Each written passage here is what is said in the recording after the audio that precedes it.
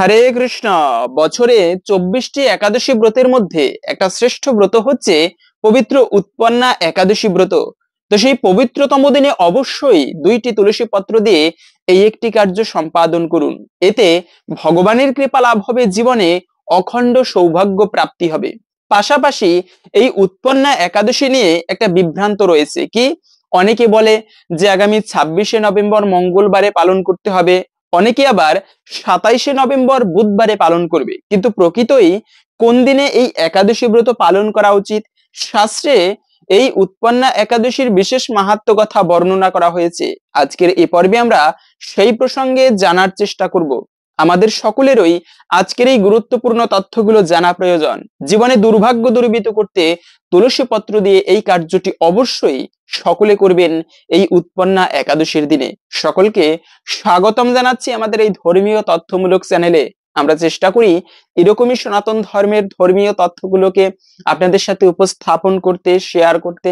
তাই আসুন আগামী কিছুক্ষণ সময় একসঙ্গে ধৈর্য ধরে আজকের এই উৎপন্না একাদশী প্রসঙ্গে বিশেষ গুরুত্বপূর্ণ তথ্যগুলো জেনে নেই। আশা করছি আজকের এই তথ্যগুলো আপনাকে অবশ্যই সমৃদ্ধ করবে। ভালো লেগে থাকলে অবশ্যই একটা লাইক করে কমেন্টে আপনার ইষ্ট দেবতার নামটি অথবা ভগবান শ্রীকৃষ্ণের নামটি একবার হলেও লিখে যাবার অনুরোধ জানাচ্ছি। দেখেন, এই একাদশীর দিনটি হচ্ছে ভগবানের দিন। এটি যে দিনই হোক না কেন, অনেক ব্রত রয়েছে, কালিকা ব্রত, দুর্গা ব্রত, শিবের শিব চতুর্দশী ব্রত, বৃহস্পতিবারে মা লক্ষ্মীর ব্রত, এরকম যত প্রকার ব্রত হোক না কেন, সর্বশ্রেষ্ঠ ব্রত হচ্ছে একাদশী ব্রত। যে ব্রত পালন করার ফলে ভগবান অত্যন্ত প্রসন্ন হয়। বৃহস্পতিবার দিনটি মা লক্ষ্মীর দিন, শনিবার শনি দেবতার দিন।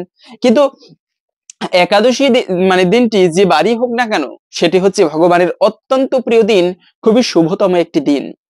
এই শুভ দিন আরো বলা হয়েছে, এই যে বছরে 24টি একাদশী ব্রতের মধ্যে একটা অন্যতম গুরুত্বপূর্ণ ব্রত হচ্ছে কিন্তু উৎপন্না একাদশী ব্রত। কেন গুরুত্বপূর্ণ বা শ্রেষ্ঠ? কেননা আমাদের অনেকের বিভিন্ন মনস্কামনা থাকে, বিভিন্ন তান্ত্রিকেরা বিভিন্ন উপায় অবলম্বন বলে দেয়, এটা করবেন মনস্কামনা পূর্ণ হবে, এই মন্ত্র জপ করুন মনোবাসনা পূর্ণ হবে। কিন্তু প্রকৃত বলা হয়েছে একাদশী হচ্ছে সর্বশ্রেষ্ঠ উপায় ভগবানকে প্রসন্ন করার। তার মধ্যে আবার এই উৎপন্না একাদশী ব্রত পালন করলে এতে বলা হয়েছে সর্বার্থ সিদ্ধি হয়, মানে সর্বসিদ্ধি লাভ হয়ে থাকে। যদি আপনার কোনো মনস্কামনা থাকে, এই ব্রত পালন করে ভগবানের কাছে প্রার্থনা করলে ভগবানের কৃপায় একটুকু হলেও সেই মনস্কামনা পূর্ণ হয়ে থাকে। সেজন্য যদি কোনো ব্যক্তি রাজ্য লাভ করার ইচ্ছা থাকে, ধনৈশ্বর্য প্রাপ্তি করার ইচ্ছা থাকে, তাদের জন্য এই ব্রতটি শ্রেষ্ঠ বলা হয়েছে।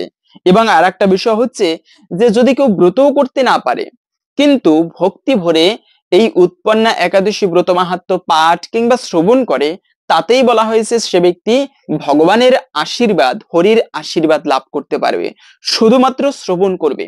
সেজন্য বলা আছে শাস্ত্রে একটা কথা এরকম যে ইয়াত ফলাম লভতে নাস্তি ন তপস্যা ন যোগিনা অনায়াসে তৎসর্বম ভাগবত শ্রবণে লভেত। মানে যা যজ্ঞ করার মাধ্যমে লাভ না হয়, তপস্যা করার মাধ্যমে যে ফল লাভ করা না যায়, অনায়াসে তৎসর্বম সমস্ত কিছু লাভ করা যায় ভাগবত শ্রবণের মাধ্যমে, শাস্ত্র কথা শ্রবণের মাধ্যমে। সেজন্য কেবলমাত্র পাঠ কিংবা শ্রবণ করবে, এই মাহাত্ম্য কথা, এতেও ভগবান প্রসন্ন হয়, ভগবানের কৃপা লাভ করতে পারবে। কিন্তু কথা হচ্ছে এই যে উৎপন্না একাদশী ব্রত 2024 সালে আর কয়েকদিন বাকি, 4-5 দিন বাকি।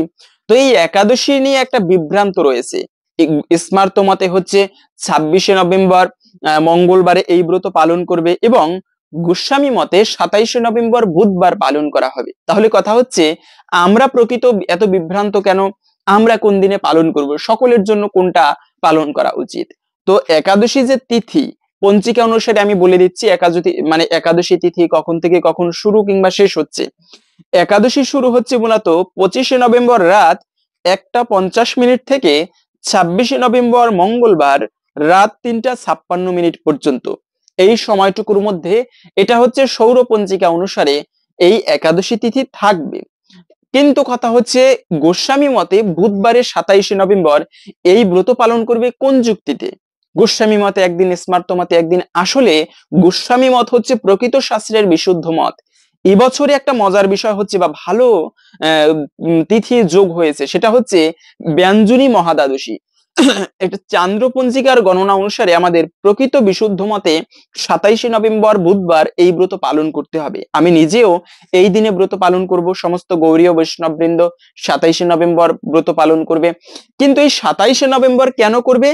কেননা ব্যঞ্জনী মহাদ্বাদশী রয়েছে। একটা একাদশী ব্রত পালন করলে যেরকম অনেক পুণ্য হয়, অনেক মাহাত্ম্য কথা শাস্ত্রে পাওয়া যায়, ব্যঞ্জনী মহাদ্বাদশী যদি পড়ে তবে একাদশীতে উপবাস না করে ওই তিথিতে দ্বাদশীতে উপবাস করতে হয় এবং পরের দিনে ত্রয়োদশী তিথির দিনে ব্রত ভঙ্গ করতে হয়, পালন করতে হয়। কিন্তু সেটা ত্রয়োদশীতে ব্রত ভঙ্গ হয় না, মানে ত্রয়োদশী শুরু হওয়ার আগে আগে দ্বাদশী শেষ হওয়ার সময়টুকুর মধ্যে পালন করে নিতে হয়। এর সুন্দর একটা মাহাত্ম্য শাস্ত্রে এই বিষয়ে বর্ণনা করা হয়েছে, তা আমরা একটুকু পরে জানতেছি। এবং এই ব্রতের পালন কখন করতে হবে? পালন করতে হবে মূলত বৃহস্পতিবার আগামী 6টা 21 মিনিট থেকে 6টা 56 মিনিট পর্যন্ত। এই সময়টুকুর মধ্যে মাত্র অল্প সময়, সবাই আবার শুনে নেন, 6টা 21 মিনিট থেকে 6টা 56 মিনিট পর্যন্ত এই সময়টুকুর মধ্যে এই একাদশী ব্রতের পালন করে নিতে হবে। এবং যত আমরা কঠিন ভাবে ব্রত করি, পালনটা কিন্তু অবশ্যই সঠিক সময়ের মধ্যে আমাদের করা আবশ্যক, না হলে এই ব্রতের সম্পূর্ণ ফল লাভ করা যায় না। কিন্তু আর একটা বিষয় হচ্ছে, এই ব্রতের দিনে অনেকের একটা কমন প্রশ্ন থাকে, কি কি খাবার খাওয়া যাবে, কি কি খাওয়া উচিত নয়। একাদশীর দিনে যে কোনো প্রকার ফল খেতে পারবেন। এখন আছে আমি যেরকম ফল খেয়ে থাকি, অনেকে ফল খেলেও কষ্ট হয়, সেক্ষেত্রে আপনারা সবজি রান্না করে খেতে পারেন। কাঠবাদাম, কাজু বাদাম, মিষ্টি কুমড়া, মিষ্টি আলু, পেঁপে, কাঁচকলা, এগুলো আপনারা ঘি দিয়ে অথবা সূর্যমুখী তেল দিয়ে নতুবা বাদাম তেল দিয়ে রান্না করে খেতে পারেন। কিন্তু মনে রাখবে, সেই সবজি রান্না করার সময় সয়াবিন তেল এবং সরিষার তেল ব্যবহার করা যাবে না। এই কেননা এই মনে রাখবেন, একাদশী ব্রত করেন কিংবা না করেন, ভুলেও পঞ্চরবি শস্য গ্রহণ করবে না।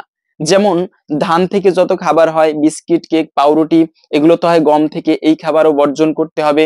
ধান থেকে পিঠা, পায়েস, পুলি, ভাত, এগুলো বর্জন করতে হবে। এবং যত প্রকার ডাল রয়েছে, তারপরে ছোলা বুট, কাউন, শ্যামা চাল, শ্যামা দানা, এগুলো বর্জন করতে হবে। এই সমস্ত, শুধু তাই নয়, সবজির মধ্যেও কিছু কিছু সবজি খাওয়া যায় না, যেমন বেগুন, পুঁইশাক, ঢেঁড়স, বটবটি, সিম, এই সমস্ত খাবার একাদশীতে বর্জন করতে হবে। এবং একাদশী ব্রত পালনের, যদিও আমরা ভিডিওর মূল প্রসঙ্গ একটুকু পরে জানতেছি, এই দিনে তুলসী পত্র দিয়ে যে কার্যটি অবশ্যই করবেন, তবে তার পূর্বে অনেকে জানি কিভাবে একাদশী ব্রত করতে হবে, তারপরেও সংক্ষেপে বলে দিচ্ছি। অবশ্যই একাদশীর আগের দিনে সংযম পালন করতে হবে, মানে নিরামিষ খাবার গ্রহণ করতে হবে। এবং একাদশীর আগে এভাবে রাত্রি 11টার আগে মানে নিরামিষ খাবার গ্রহণ করে দন্ত ধাবন করবেন, দাঁত ব্রাশ করবেন।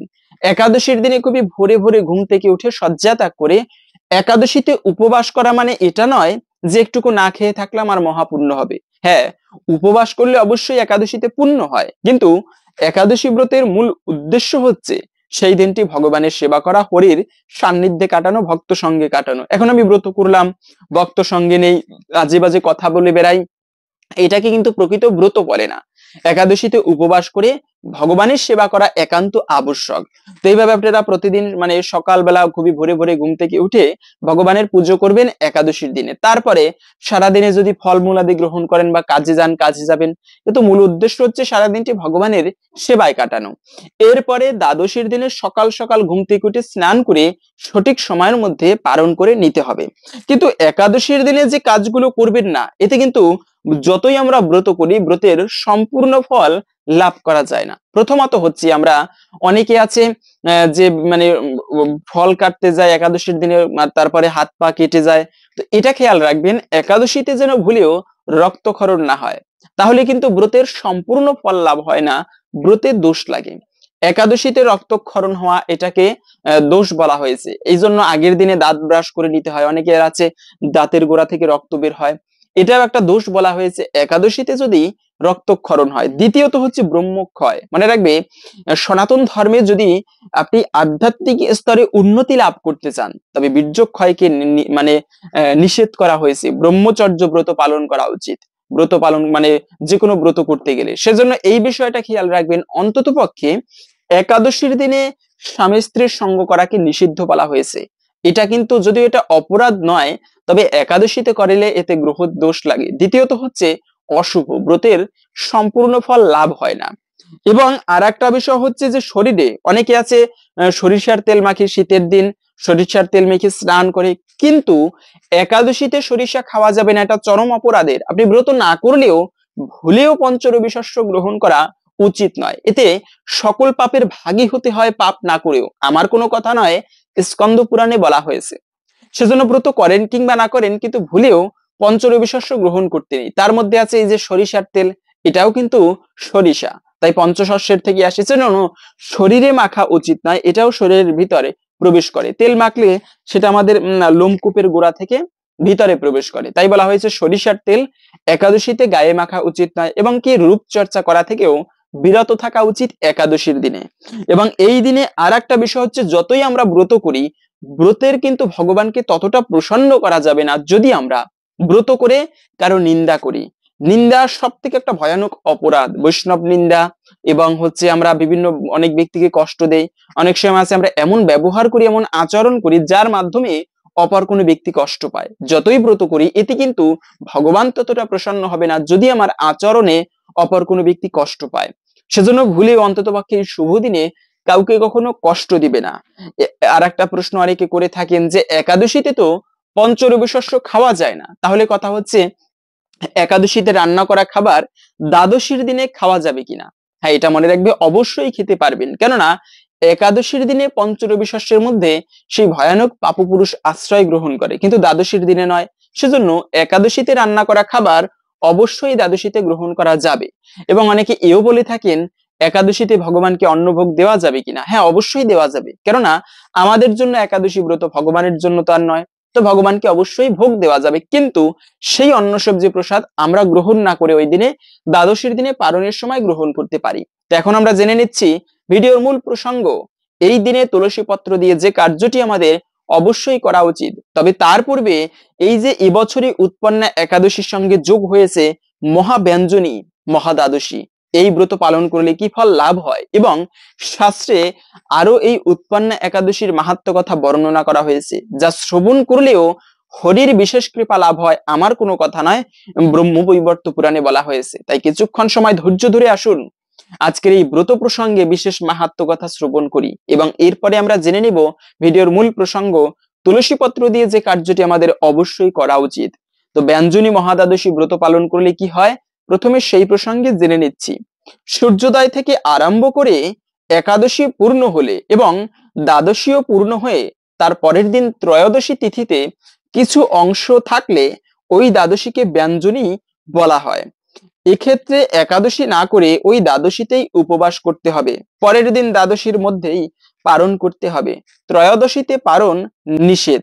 পদ্মপুরাণে বলা হয়েছে এই দ্বাদশী ব্রত শ্রীহরির অত্যন্ত প্রিয়। একটি অশ্বমেধ যজ্ঞ 1000 অগ্নিষ্টম যজ্ঞ থেকে শ্রেষ্ঠ, আবার একটি বাজপেয় যজ্ঞ 1000 অশ্বমেধ থেকেও আরো বেশি শ্রেষ্ঠ। একটি পুণ্ডরিক 1000 বাজপেয় থেকে অধিকতর ফল বিশিষ্ট। একটি সত্রামণি সহস্র পুণ্ডরিক থেকে শ্রেষ্ঠ। একটি রাষ্ট্রীয় 1000 সত্রামণির চাইতেও শ্রেষ্ঠ। কিন্তু একটি ব্যঞ্জনী ব্রত সহস্র রাষ্ট্রীয় যজ্ঞ অপেক্ষা অধিকতর শ্রেষ্ঠ। কলিকালে ব্যঞ্জলি এই শব্দের উচ্চারণ মাত্রই শত সহস্র জন্মের পাপক্ষয় হয়ে যায়। শ্রী গুরুদেব খুশি হলে শ্রীহরিও প্রীত হন। অতএব এই তিথিতে শ্রীহরির প্রীতির জন্য শ্রদ্ধা সহকারে গুরুদেবের পূজা করতে হবে। রাত্রি জাগরণ করে কৃষ্ণ কথা শ্রবণ করতে হবে। গীতা, বিষ্ণু সহস্রনাম ও শ্রীমদ্ ভাগবত যত্ন সহকারে পাঠ করা কর্তব্য। নৃত্য, গীত ও সংকীর্তনে শ্রীহরি পরম সন্তুষ্ট হন। এই ব্রত অনুষ্ঠানে সর্বতীর্থে স্নান ও সমস্ত প্রকার দানের ফল লাভ হয়। পূর্ব জন্মার্জিত পর্বত প্রমাণ পাপরাশি এই ব্রত পালনে অচিরেই বিনষ্ট হয়। এই ছিল মূলত ব্যঞ্জনী মহাদ্বাদশী ব্রত পালন করলে কি ফল লাভ করতে পারি। কিন্তু এই উৎপন্না একাদশীর মাহাত্ম্য যা শ্রবণ করলেও এই ব্রতের ফল অনেকাংশেই লাভ করা যায়। এখন আমরা সেই ব্রত প্রসঙ্গে জেনে নিচ্ছি। উৎপন্না একাদশী। অর্জুন বললেন, হে দেব, অগ্রহায়ণ মাসের পুণ্যদায়িনী কৃষ্ণপক্ষের একাদশীকে কেন উৎপন্না বলা হয়, এবং কি জন্যই বা এই একাদশী পরম পবিত্র এবং দেবতাদেরও প্রিয়, তা জানতে ইচ্ছা করি। আপনি কৃপা করে আমাকে তা বলুন। শ্রী ভগবান বললেন, হে পিতাপুত্র, পূর্বে সত্যযুগে মূর নামে এক দানব ছিল। অদ্ভুত আকৃতি বিশিষ্ট সেই দানবের স্বভাব ছিল অত্যন্ত কোপন। সে দেবতাদেরও ভীতিপ্রদ ছিল। যুদ্ধে দেবতাদের, এমনকি স্বর্গরাজ ইন্দ্রকে পর্যন্ত পরাজিত করে স্বর্গ থেকে বিতাড়িত করেছিল। এইভাবে দেবতারা পৃথিবীতে বিচরণ করতে বাধ্য হয়েছিল। তখন দেবতারা মহাদেবের কাছে গিয়ে নিজেদের সমস্ত দুঃখ সবিস্তারে জানালেন। শুনে মহাদেব বললেন, হে দেবরাজ, যেখানে শরণাগত বৎসল জগন্নাথ গরুধ্বজ বিরাজ করেন, তোমরা সেখানে যাও। তিনি আশ্রিতদের পরিত্রাণকারী, তিনি নিশ্চয়ই তোমাদের মঙ্গল বিধান করবেন। দেবাদিদেবের কথা মতো দেবরাজ ইন্দ্র দেবতাদের নিয়ে ক্ষীর সমুদ্রের তীরে গমন করলেন। জনে শায়িত বিষ্ণুকে দর্শন করে দেবতারা হাত জোর করে তার স্তব করতে লাগলেন। স্তুতির মাধ্যমে নিজ নিজ দৈন্য ও দুঃখের কথা তারা ভগবানকে জানালেন। ইন্দ্রের কথা শুনে ভগবান নারায়ণ বললেন, হে ইন্দ্র, সেই মূর দানব কিরকম এবং সে কেমন শক্তিশালী তা আমায় বলো। ইন্দ্র বললেন, হে ভগবান, প্রাচীনকালে ব্রহ্মবংশে তালজঙ্ঘা নামে এক অতি পরাক্রমী অসুর ছিল। তারই পুত্র সেই মূর অত্যন্ত বলশালী, ভীষণ উৎকট এবং দেবতাদেরও ভয় উৎপাদনকারী। সে চন্দ্রাবতী নামে এক পুরীতে বাস করে। স্বর্গ থেকে আমাদের বিতাড়িত করে তার স্বজাতি কাউকে রাজা করে, কাউকে অন্যান্য দিকপাল রূপে প্রতিষ্ঠিত করে এখন সে দেবলোক সম্পূর্ণ অধিকার করেছে। তার প্রবল প্রতাপে আজ আমরা পৃথিবীতে বিচরণ করছি।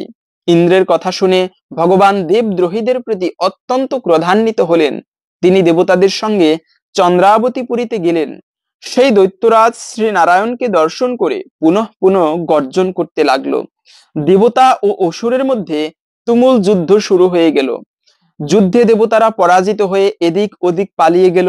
তখন যুদ্ধক্ষেত্রে শ্রী নারায়ণকে একা দেখে সেই দানব তাকে দাঁড়াও দাঁড়াও বলতে লাগলো। শ্রী ভগবানও ক্রোধে গর্জন করে বললেন, রে দুরাচার দানব, আমার বাহুবল দেখ। এই বলে অসুর পক্ষীয় সমস্ত যোদ্ধাদের দিব্য বাণের আঘাতে নিহত করতে লাগলেন। তখন তারা প্রাণ ভয়ে নানা দিকে পালাতে লাগলো। সেই সময় নারায়ণ দৈত্য সৈন্যদের মধ্যে সুদর্শন চক্র নিক্ষেপ করলেন। ফলে সমস্ত সৈন্য ধ্বংসপ্রাপ্ত হলো। একমাত্র মূর অসুরই জীবিত ছিল। সেই অস্ত্রযুদ্ধে নারায়ণকেও পরাজিত করলো। তখন নারায়ণ দৈত্যের সাথে বাহুযুদ্ধে লিপ্ত হলো। এইভাবে দেবতাদের হিসাবে 1000 বছর যুদ্ধ করেও ভগবান তাকে পরাজিত করতে পারলেন না। তখন শ্রীহরি বিশেষ চিন্তান্বিত হয়ে বদ্রিকা আশ্রমে গমন করলেন।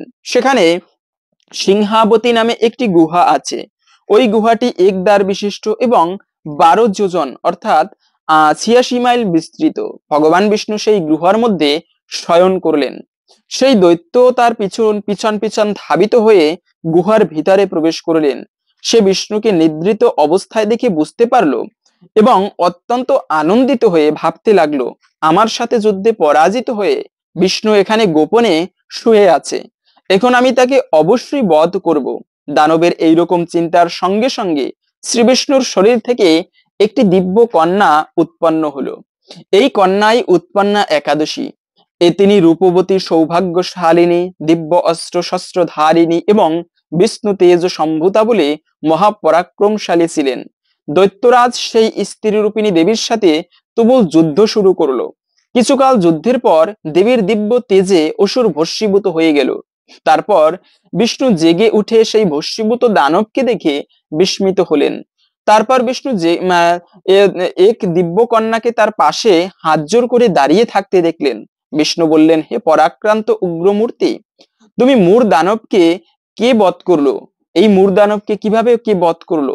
যিনি একে হত্যা করেছে তিনি নিশ্চয়ই প্রশংসনীয় কর্ম করেছে। সেই কন্যা বললেন, হে প্রভু, আমি আপনার শরীর থেকে উৎপন্ন হয়েছি। আপনি যখন ঘুমিয়েছিলেন তখন এই দানব আপনাকে বধ করতে চেয়েছিল। তা দেখে আমি তাকে বধ করেছি। আপনাদের কৃপাতেই আমি তাকে বধ করতে পেরেছি। এই কথা শুনে ভগবান বললেন, আমার পরাশক্তি, তুমি একাদশীতে উৎপন্ন হয়েছ, তাই তোমার নাম হবে একাদশী। আমি এই ত্রিলোকে দেবতা এবং ঋষিদের অনেক বর প্রদান করেছি। হে ভদ্রে, তুমিও তোমার মন মতো বর প্রার্থনা করো, আমি তোমাকে তা প্রদান করব। একাদশী বললেন, হে দেবেশ, ত্রিভুবনের সর্বত্র আপনার কৃপায় সর্ববিঘ্ন বিনাশিনী এবং সর্বদায়িনী রূপে যেন পরম পূজ্য হতে পারি এই বিধান করুন। আপনার প্রতি ভক্তিবশত যারা শ্রদ্ধা সহকারে আমার ব্রত পালন করবে, উপবাস করবে, তাদের সর্বসিদ্ধি লাভ হবে, এই বর প্রদান করুন। বিষ্ণু বললেন, হে কল্যাণী, তাই হোক। উৎপন্না নামে প্রসিদ্ধা তোমার ব্রত পালনকারী সমস্ত ইচ্ছা পূরণ হবে, তুমি তাদের সকল মনস-বাসনা পূর্ণ করবে, এতে কোনো সন্দেহ নেই। তোমাকে আমার শক্তি বলে মনে করি, তাই তোমার ব্রত পালনকারী সকলে আমারই পূজা করবে, এর ফলে তারা মুক্তি লাভ করবে। তুমি হরিপ্রিয়া নামে জগতে বিখ্যাত হবে, তুমি ব্রত পালনকারীর সত্য বিনাশ, পরম গতি দান এবং সর্বসিদ্ধি প্রদান করতে সমর্থ হবে। ভগবান বিষ্ণু এইভাবে উৎপন্না একাদশীকে বর প্রদান করে অন্তর্হিত হলেন। সমস্ত ব্রতকারী দিব্যরাত্রি ভক্তিপরায়ণ হয়ে এই উৎপন্না একাদশীর উৎপত্তির কথা শ্রবণ কীর্তন করলে শ্রীহরির আশীর্বাদ লাভে ধন্য হবেন। তো এই ছিল মূলত এই উৎপন্না একাদশীর ব্রত মাহাত্ম্য। আশা করি বুঝতে পেরেছেন এই ব্রত পালন করলে আমরা কি ফল লাভ করতে পারি। সেজন্য আপনি নিজে এই একাদশী ব্রত পালন করুন এবং সকলের মাঝে ছড়িয়ে দিবেন, যেন আমরা সবাই এই একাদশী ব্রত প্রসঙ্গে জানতে পারি। এবং এই শুভতম দিনে অবশ্যই তুলসী পত্র দিয়ে, মনে রাখবে, ভগবানের যদি পুজো করতে নাও পারি আমরা অতটা ঠিকভাবে, তুলসী পত্র দিয়ে যদি হরির অর্চনা করা হয়, একটা তুলসী পত্র যদি ভগবান বিষ্ণুর চরণে অর্পণ করা হয়, এতে ভগবান এতটা প্রসন্ন হয়।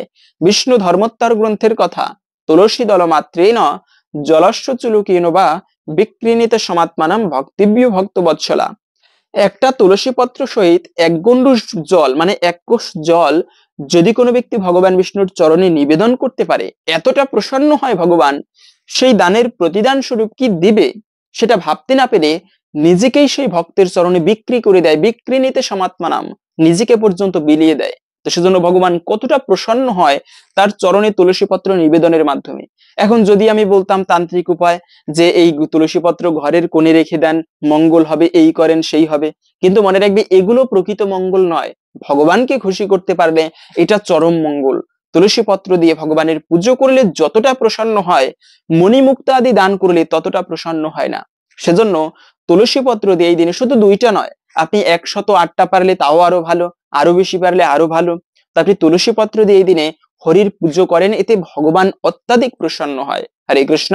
আশা করছি আজকের এই গুরুত্বপূর্ণ তথ্যগুলো জেনে আপনি একটু হলেও সমৃদ্ধ হয়েছেন। ভালো লেগে থাকলে অবশ্যই একটা লাইক করে কমেন্টে আপনার ইষ্ট দেবতার নামটি অথবা ভগবান শ্রী বিষ্ণুর নামটি একবার হলেও লিখে যাবার অনুরোধ জানাচ্ছি। ভগবানের কৃপায় সকলের জীবনে মঙ্গল হোক এই কামনা করে আজকের ভিডিওটা এখানে সমাপ্ত করছি। হরে কৃষ্ণ।